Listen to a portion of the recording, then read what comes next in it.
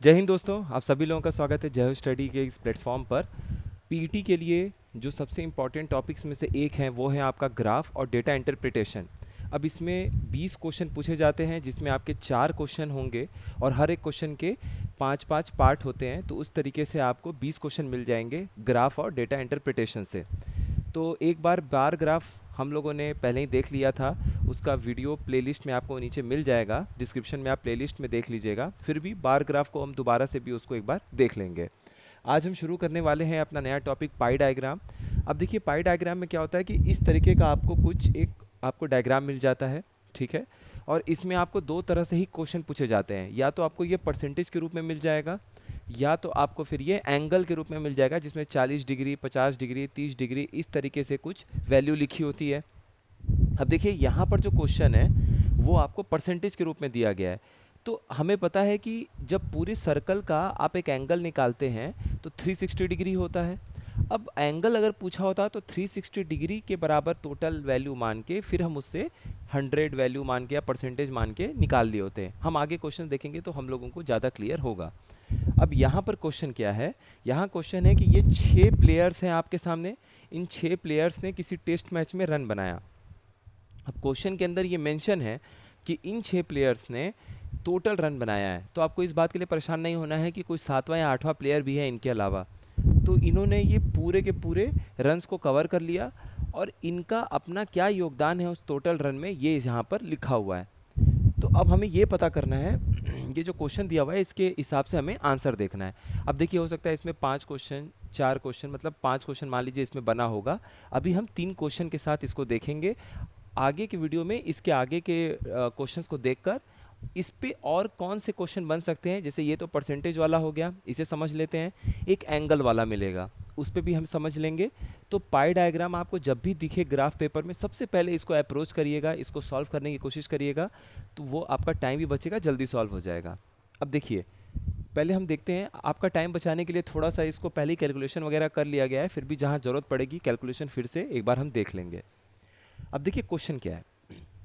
Question है कि अगर इंग्लैंड ने 372 रन बनाया, ठीक है, और वो फिर भी 28 रनों से हार गया, तो हमें बताना है कि रोहित ने कितना स्कोर किया जो कि पुजारा से कितना कम है। तो रोहित ने जो स्कोर किया वो पुजारा से कितना रन कम है। अब इस क्वेश्चन को हमें करना क्या है, रोहित ने कितना बनाया, पुजारा ने कितना बनाया, इसके लिए हमें पता होना चाहिए कि इंडिया का टोटल स्कोर कितना था। क्योंकि अगर इंडिया का टोटल स्कोर पता चल गया तो यहाँ पर हर एक खिलाड़ी का कितना योगदान है वो परसेंटेज के हिसाब से यहाँ पर दिया हुआ है। तो देखिए इंग्लैंड ने 372 रन बनाया और वो 28 रन से हार गया। इसका मतलब क्या है कि जितना इंडिया का स्कोर था, इंग्लैंड 28 रन उससे पीछे रह गया, तभी 28 रन से हार गया। तो 372 रन तो इंग्लैंड ने बनाया और 28 रन से वो हार गया, दोनों को अगर आप जोड़ेंगे तो 400 आएगा। इसका मतलब भारत ने बनाया था 400 रन और इंग्लैंड उसका पीछा करते हुए बनाया 372 रन, इसीलिए 28 रन से हार गया। तो हमें ये पता चल गया। इस क्वेश्चन में हमें क्या करना था, सबसे पहले ये पता करना था कि भारत के कितने टोटल स्कोर हैं, क्योंकि वो पता चलती हमें यहाँ पर वैल्यू पता चल जाएगा हर एक खिलाड़ी का कि उन्होंने कितना योगदान दिया। अब 400 रन भारत के पता चल गए। अब देखिए रोहित ने कितना रन बनाया है, बहुत आसान है। रोहित ने बनाया 12% रन। किसके 12%? टोटल रन के। टोटल रन कितना है? 400। तो 12% ऑफ 400 कितना होगा? 48 निकल आएगा। 12/100 और गुणा 400 करेंगे तो भी आ जाएगा। पुजारा ने कितना बनाया? पुजारा का स्कोर यहाँ देखिए कितना है, पुजारा का योगदान है 17%। तो 17% ऑफ 400 आया 68, दोनों को माइनस कर देंगे तो 20 रन। यानी रोहित ने पुजारा से 20 रन कम बनाए, जो कि यहाँ से दिख रहा है। एक तो तरीका ये था। अब आपको एग्ज़ाम में कोशिश करनी है कि मैथ्स, रीजनिंग और ग्राफ और डेटा इंटरप्रिटेशन के क्वेश्चन में कितना जल्दी से जल्दी हम उसे सॉल्व कर सकें, क्योंकि कैलकुलेटर तो अलाउ नहीं किया जाता है सॉल्व करने के लिए, और आपको हाथ से ही मैनुअल ही क्वेश्चन को सॉल्व करना है। और ये जितना अच्छा पोर्शन आप कर ले जाएंगे आपके मार्क्स उतने बढ़ जाएंगे, क्योंकि जीएस में लगभग सबके एक बराबर ही आसपास नंबर होते हैं। यहाँ से अंतर आना शुरू होता है आपके स्कोर में। अब देखिए है क्या, एक तरीका ये था कि हमने अलग अलग निकाला और माइनस कर लिया। अब आप इतना मत करिए, हमें पता है कि ये टोटल स्कोर जो है ना 400, ये तो दोनों लोगों के लिए कॉमन ही है। तो आप परसेंटेज का अंतर देख लीजिए। तो रोहित शर्मा ने बनाया टोटल रन के योगदान में रोहित शर्मा का योगदान है 12% का, और पुजारा ने उस पूरे रन में बनाया 17%। तो रोहित ने पुजारा से 5% कम रन बनाए। 5% रन कम बनाए किसके, 400 में से। तो 5% ऑफ 400 कितना हुआ, 20 रन। मतलब रोहित ने पुजारा से 5% कम रन बनाए। कैसे, पुजारा का परसेंटेज योगदान है 17% टोटल रन का, रोहित का है 12%। अब चूंकि हमें पता है कि टोटल दोनों का सेम है तो वो एक ही बराबर वैल्यू आएगी। तो रोहित ने पुजारा से 5% कम रन बनाया, ठीक है। 5% रन किसका कम बनाया, 400 रन में से 5%, मतलब 5% जो रोहित ने कम रन बनाए पुजारा की तुलना में, वो 5% 400 में से योगदान है। तो 5% और 400 कितना हुआ, 20। तो यानी रोहित ने पुजारा से 20 रन कम बनाए। आप सीधे यहाँ से निकाल दीजिए, आपका ओरली निकल आएगा। अब उसी तरह से क्वेश्चन होता कि रहाणे रहाणे रोहित शर्मा रहाणे से कितना रन कम बनाए हैं। तो देखिए, रहाणे का 15% योगदान है, रोहित का 12% है, तो 3% कम रन बनाया रोहित ने, ठीक है। अब 3% टोटल रन का कम बनाया, 3% ऑफ 400, तो 400 कितना है, 400 और 3% कितना हो जाएगा मल्टीप्लाई करने पे 12। तो यानी कि 12 रन रोहित शर्मा ने रहाणे की तुलना में कम बनाया। आपका तुरंत आंसर आ गया, आपको ये कैलकुलेट करने की कोई ज़रूरत नहीं पड़ेगी। अगले क्वेश्चन पे देखते हैं। Find the ratio between runs scored by Dhawan to that of Rahane. तो धवन ने जो रन बनाए और रहाणे जो ने रन बनाए, इन दोनों लोगों के स्कोर का रेशियो निकालना है। अब रेशियो निकालना भी बहुत आसान है। एक तो तरीका ऐसे है कि मान लीजिए हमें नहीं पता कि रन कितना है, एक्स मान लीजिए, 100 मान लीजिए, 1000 मान लीजिए कि 1000 में से दे बनाया इन्होंने। टोटल रन है एक्स, मान लीजिए एक्स कोई वैल्यू है। तो धवन ने कितना रन बनाया, इसका हमें रेशियो निकालना है रहाणे की तुलना में। तो धवन ने कितना रन बनाया, 16% रन धवन का है कुल रन के योगदान में। तो कुल रन कितना है, एक्स। तो धवन ने कितना बनाया, 16% ऑफ एक्स, और इसको डिवाइड करना है रहाणे के योगदान से। रहाणे ने कितना बनाया, 15%, 15% ऑफ एक्स, रेशियो कितना आया, 16:15। इसकी कोई ज़रूरत नहीं है, सीधे यहाँ देखिए।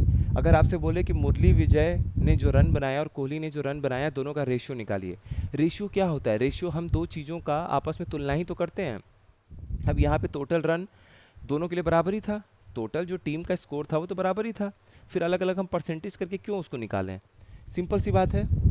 जितना आपसे पूछा है, विजय का रन बताइए कोहली की तुलना में कितना है, 20। रेशियो निकालना है कि विजय ने जितना रन बनाया और कोहली ने जितना रन बनाया, तो विजय के टोटल रन बनाने का रेशियो निकालिए कोहली की तुलना में कि कितना इन दोनों ने रन बनाया।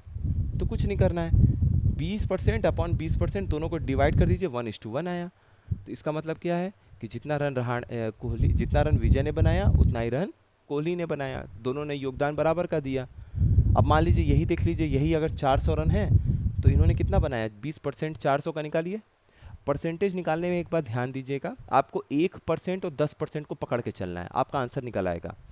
400 का 1% कितना हुआ, 400 का 1% हुआ 4, 400 का 10% कितना हुआ, 40। तो 20% कितना हुआ, 40 × 2 80। तो 80 रन किसने बनाया, मुरली विजय ने, और कोहली ने कितना बनाया, 80 रन। अब 80 और अपॉन 80 दोनों को डिवाइड करिए, कितना रेशियो आया, 1:1। क्या ज़रूरत है इतना कैलकुलेट करने का, 20/20 करिए, आंसर निकल गया, वही घूम फिर के आएगा। अगले क्वेश्चन में चलते हैं। इफ़ इंडिया मेक्स, अगर भारत अब 325 रन बनाता है और वो 13 रन से हार जाता है, तो यहाँ जो हमने इंग्लैंड के साथ देखा, अब वो भारत के साथ हो रहा है, ठीक है। तो हमें बताना है कि कोहली ने जो स्कोर किया वो कितना परसेंटेज है जो रन स्कोर किया इंग्लैंड ने। तो यहाँ पे हमें ये पता है कि कोहली का रन पता चल जाएगा, कैसे, क्योंकि कुल रन में योगदान है कोहली का 20% और कुल रन भारत ने बनाए 325। लेकिन इंग्लैंड का रन अगर आपको पता करना है तो आप यहाँ से देखिए कि इंग्लैंड मतलब भारत 325 रन बनाकर भी 13 रन से हार गया, यानी इंग्लैंड का अब 13 रन ज़्यादा था, इसीलिए भारत हार गया। तो इंग्लैंड का स्कोर कितना हो गया, 325 + 13 338। इंग्लैंड का टोटल स्कोर पता चल गया।